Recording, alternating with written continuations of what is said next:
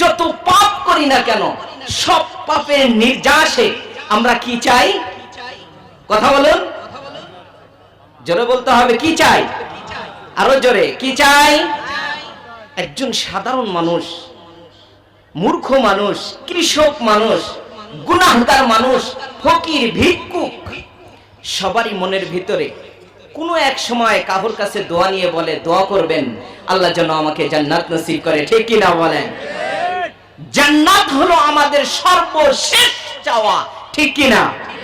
যত গুনাহগার হোক না কেন এরপরেও কখনো বলে না আমি জাহান্নামী, আমি জাহান্নাম চাই, এমন না। মালিকের কাছে বলে লা তাকনাতু মিন রাহমাতিল্লাহ, মালিক তুমি যদি গফফার হয়ে থাকো আমি তোমার কাছে জান্নাত চাই। বলেন না সুবহানাল্লাহ।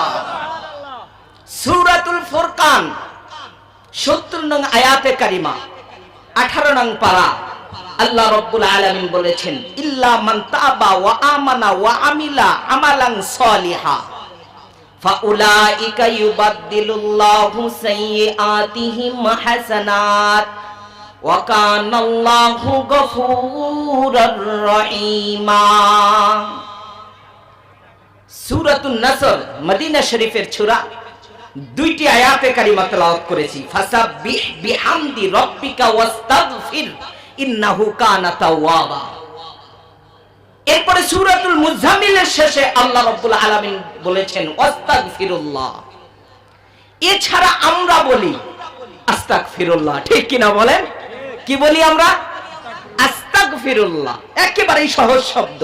মুরব্বিরা বলে আস্তাগফিরুল্লাহ আল্লাযী লা ইলাহা ইল্লা হুয়াল হাইয়ুল কাইয়্যুম। ঠিক কি না বলেন? এটা মুরব্বিরা বেশি বলে। নবীজি বলেছেন কুল্লু বানি আদম খাতাউন ওয়া খায়রুল খাতাইনা মিনাত তাওয়াবিন। তাওবা, আল্লাহ রাব্বুল আলামিন বলেছেন তুবু ইলাল্লাহ তাওবাতান নাসুহা, তাওবাতান নাসুহা।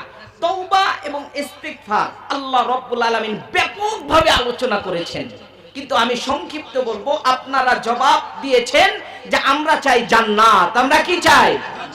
এই জান্নাত চাওয়ার জন্য একটি মাত্র ওষুধ, একটি মাত্র ফর্মুলা, একটি মাত্র বয়ান, একটি মাত্র নসিহত, তা ইস্তিগফার করা, তওবা করা। জীবনে যত গুনাহ রয়েছে আল্লাহ ওয়াদা করেছেন সমস্ত গুনাহ আমি মাফ করে দেব। বলেন না সুবহানাল্লাহ।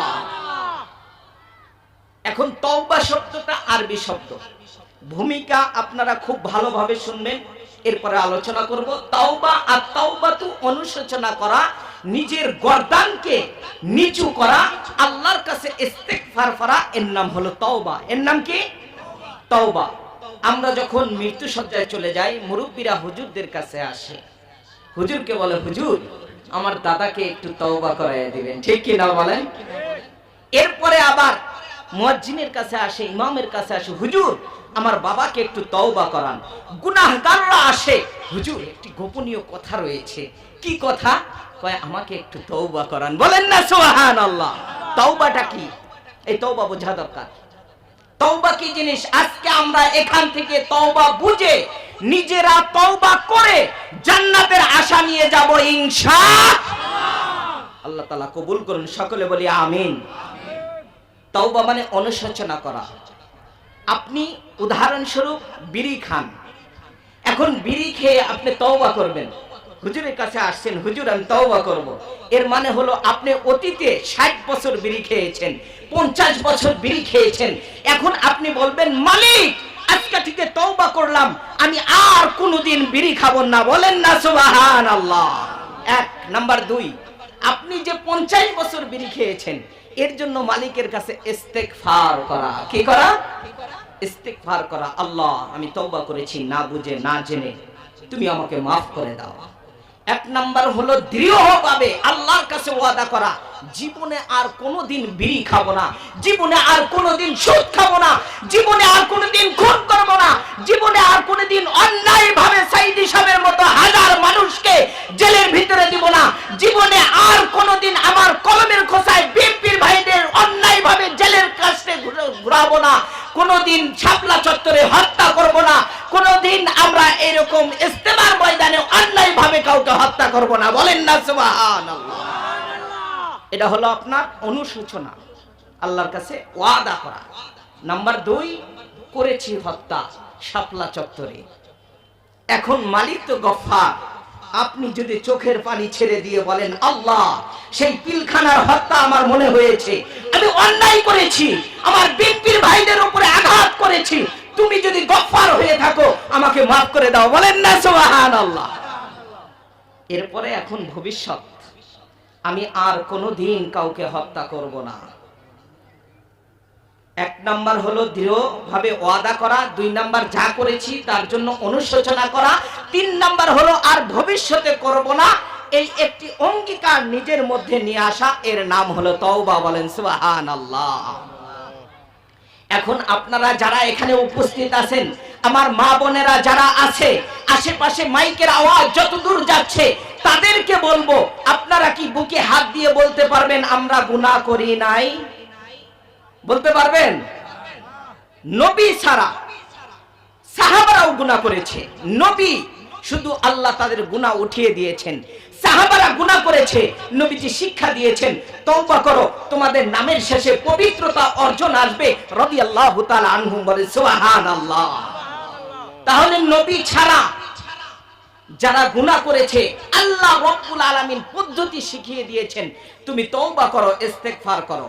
কোন ব্যক্তি যদি তওবা করে, মুসলমান ভাইরা আমার গভীর মনোযোগ, বাইতুন নাজাত জামে মসজিদের আজকের আয়োজিত মাহফিলের যারা অনুষ্ঠানে উপস্থিত হয়েছেন, প্যান্ডেলে এসেছেন, তাদেরকে বলি খুব গভীর মনোযোগ দিয়ে শুনবেন।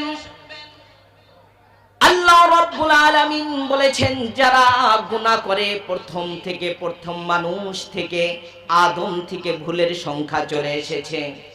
আদম আলাইহিস সালাতু ওয়াস সালাম ভুল করেছিলেন, একটি ভুল করে সে গন্ধম গাছের ফল খেয়েছিল।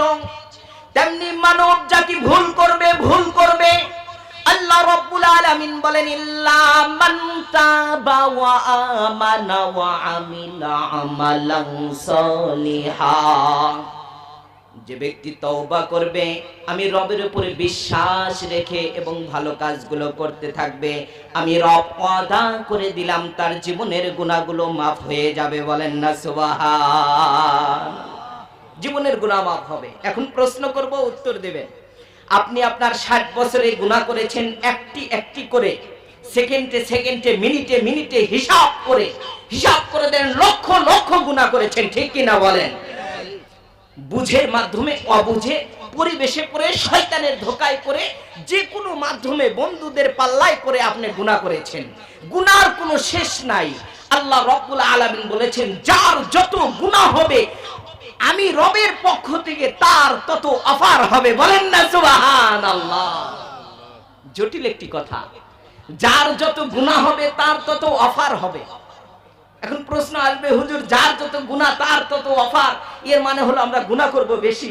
এমন না, গুনাহ করেছেন, এখন করার পর আল্লাহ অফার করতেছেন। তুমি তো গুনাহ করেছো 50 বছর, তুমি গুনাহ করতে তোমার দাড়িগুলো পাকিয়ে ফেলেছো, তোমার দাড়ি সাদা হয়ে গিয়েছে, এরপরেও আমি রবের কাছে একটু তওবা করো, নসিহা করো, আমি রবের কাছে ইস্তিগফার করো, আমি রব তোমাকে বলতেছি তোমার গুনাহগুলো মাফ হয়ে যাবে, বলেন সুবহানাল্লাহ।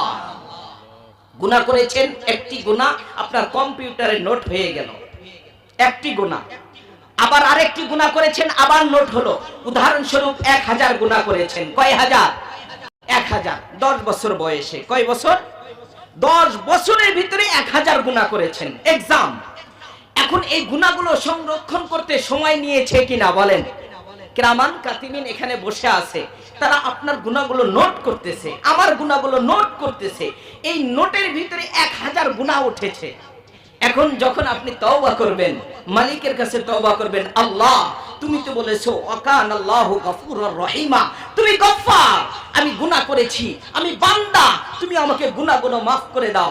তখন সেই ফেরেশতা আল্লাহর কাছে যায়, আল্লাহ এই বান্দা তো তোমার কাছে তওবা করতেছে খালেস দিলে, এখন এই গুনাহগুলো সংরক্ষণ করতে তো মোটামুটি 10 বছর লেগেছে আমার, কিন্তু এখন যে তওবা করতেছে একটা করে ডিলিট করব না সবগুলো ডিলিট করে দেব। বুঝে এসছে আপনাদের? মানে 10 বছরের গুনাহ আপনার সংরক্ষণ করা হলো।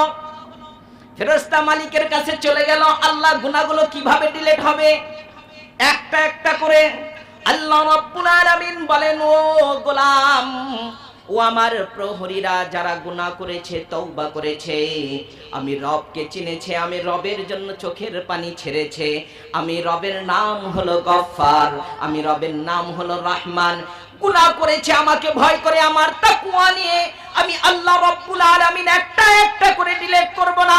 বান্দা 10 বছর বয়সে যে গুনাহগুলো করেছে, আমি মালিক আদেশ করলাম অল ডিলিট দিয়ে গুনাহগুলো maaf করে দাও। বলেন সুবহানাল্লাহ। অল ডিলিট দিয়ে দাও। অল ডিলিট বোঝেন তো? মোবাইল তো চালাইতেছেন, অল ডিলিট বোঝেন না? সব ডিলিট, মেমোরিতে যা আছে সব ডিলিট। এখন গুনাহ ডিলিট হয়ে গেল। ডিলিট হওয়ার পর মালিকের কাছে আবার বলল, এখন তো জায়গাটা ফাঁকা, কি করা যায়? আল্লাহ রাব্বুল আলামিন বলেন, ফাউলাইকা ইউবাদদিলুল্লাহু সাইয়্যাতিহিম হাসানাত। যেই গুনাহগুলো ডিলিট করা হলো, মুসলমান ভাইরা আমার, মালিক কত আমাদের উপরে রহমত এবং দয়ালু। মালিক ডাক দিয়ে বলে, ও আমার ফেরেশতারা, যে গুনাহগুলো ওয়াল ডিলিট করা হলো, ওই ওয়াল ডিলিটের জায়গায়, সেই গুনাহগুলোর জায়গায়, প্রত্যেকটার জায়গায় ডাবল ডাবল সওয়াব বসাইয়া দাও। ডাবল ডাবল সওয়াব বসাও। ইস্তিগফার যদি আপনি পড়েন, ইমাম হাম্বল রাহমাতুল্লাহি আলাইহি বলেছেন, কোন ব্যক্তি যদি ইস্তিগফার পড়ে, আস্তাগফিরুল্লাহ পড়ে, আল্লাহর হাবিব বলেছেন, ফাসাব্বিহ বিহামদি রাব্বিকা ওয়াস্তাগফির। এটা আমাকে শিক্ষা দেওয়া হলো বান্দাদের জন্য। ওয়াস্তাগফির, ইস্তিগফার পড়ো। ইমাম হাম্বল রাহমাতুল্লাহি আলাইহি বলেন, কোন ব্যক্তি যদি এইভাবে ইস্তিগফার করে, আস্তাগফিরুল্লাহ পড়ে, মালিকের কাছে যদি গুনাহগুলো তওবা করে, তওবা করার সঙ্গে সঙ্গে 5টি লাভ হবে। 1 নাম্বার হলো যে আরবি হরফগুলো পড়েছে আস্তাগফিরুল্লাহ, এই হরফগুলোর প্রত্যেকটি হরফে হরফে মালিক 10টি করে নেকি লিখে দেবে। বলেন সুবহানাল্লাহ। 2 নাম্বার হলো যে ব্যক্তি ইস্তিগফার করবে, তার জীবনের গুনাহগুলো আল্লাহ maaf করে দিবে। 3 নাম্বার হলো যে ব্যক্তি ইস্তিগফার করবে, আস্তাগফিরুল্লাহ করবে, তওবা করবে, আল্লাহ রাব্বুল আলামিন তার জীবনে যদি গুনাহ না থাকে, তাহলে গুনার বদলে নেক দ্বারা ভরপুর করে দিবে। বলেন সুবহানাল্লাহ। 4 নাম্বার হলো যে ব্যক্তি ইস্তিগফার করবে, আল্লাহ রাব্বুল ইজ্জত এবং জালাল ঘোষণা করেন, কোন বান্দা যদি ইস্তিগফার করে, কোন গোলাম যদি ইস্তিগফার করে, কোন বান্দি যদি ইস্তিগফার করে, ইস্তিগফার করার সঙ্গে সঙ্গে তার রিজিকের মধ্যে আমি বরকত দিয়ে দিব। বলেন সুবহানাল্লাহ। 5 নাম্বারটা পরে বলবো। 4 নাম্বার যখন ইমাম হাম্বল এই ঘটনা বিশ্ব নবীর থেকে কর্ণপাত হলো, হওয়ার সঙ্গে সঙ্গে ইমাম হাম্বল রাহমাতুল্লাহি আলাইহি রোটে ঘাটে রাত্রে সফরে ঘুরতেছিল, হঠাৎ করে দেখে একজন লোক রুটি বানায়, রুটি, এই তন্দুর রুটি বানাইতেছে। এই রুটির মধ্যে প্রত্যেকটা রুটি যখন চুলার ভিতরে দেয়, দেওয়ার সঙ্গে সঙ্গে পরে আস্তাগফিরুল্লাহ, আবার যখন রুটিটা হয়ে যায়, আবার রুটি নামানোর সময় বলে আস্তাগফিরুল্লাহ। জিজ্ঞাসা করলেন, ভাই কারণটা কি? আস্তাগফিরুল্লাহ দেওয়ার সময় পড়তেছেন, বের করার সময় পড়তেছেন, আমার জানার ইচ্ছা হলো ইস্তিগফার কেন পড়েন? এটা তো গুনার জন্য পড়া হয়। ওই ব্যক্তি বলল, আমি জানি না তুমি কে, কিন্তু আমি বিশ্ব নবীর হাদিস থেকে অধ্যয়ন করেছি, কোন ব্যক্তি যদি ইস্তিগফার পড়ে, আল্লাহ রাব্বুল আলামিন তার রিজিকের মধ্যে বরকত দিবেন। বিশ্বাস করো মুসাফির, আজ থেকে প্রায় 25 বছর হলো এখানে আমার চুলা জ্বলে, উনুন জ্বলে। এই 25 বছরের ভিতরে আমি যখন ইস্তিগফার পরে পরে রুটিটা লাগাইয়া দেই, সঙ্গে সঙ্গে আল্লাহ রাব্বুল আলামিন গায়েবী ভাবে আমার কাস্টমারের ব্যবস্থা করে। বলেন না সুবহানাল্লাহ। ইস্তিগফার করবেন তো ইনশাআল্লাহ। এটা হলো আমার আলোচ্য বিষয়ের মূল ভূমিকা, যে ইস্তিগফার করা। এখন আমরা যারা এখানে আছি, আমরা গুনাহগার, এটা স্বীকার করতে হবে, ঠিক কিনা বলেন?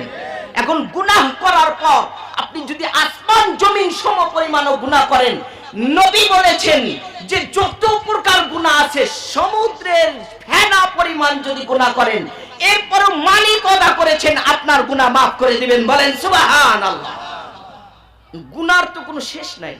আপনি ছোট মানুষ ছোট গুনাহ করেছেন, বড় মানুষ বড় গুনাহ করেছে, বড় নেতা বড় ধরনের গুনাহ করেছে, দেশের সরকার সে ওই ধরনের গুনাহ করেছে, ঠিক কিনা বলেন? কাহর গুনাহ কাহর সাথে কখনো সমান হবে না। জান্নাতে যদি যেতে চাই তাহলে তওবা করতে হবে, আর তওবা যদি আমার কবুল হয়, মালিককে ওয়াদা করেছেন, তাহলে আপনার কি গুনাহ মাফ হয়ে যাবে।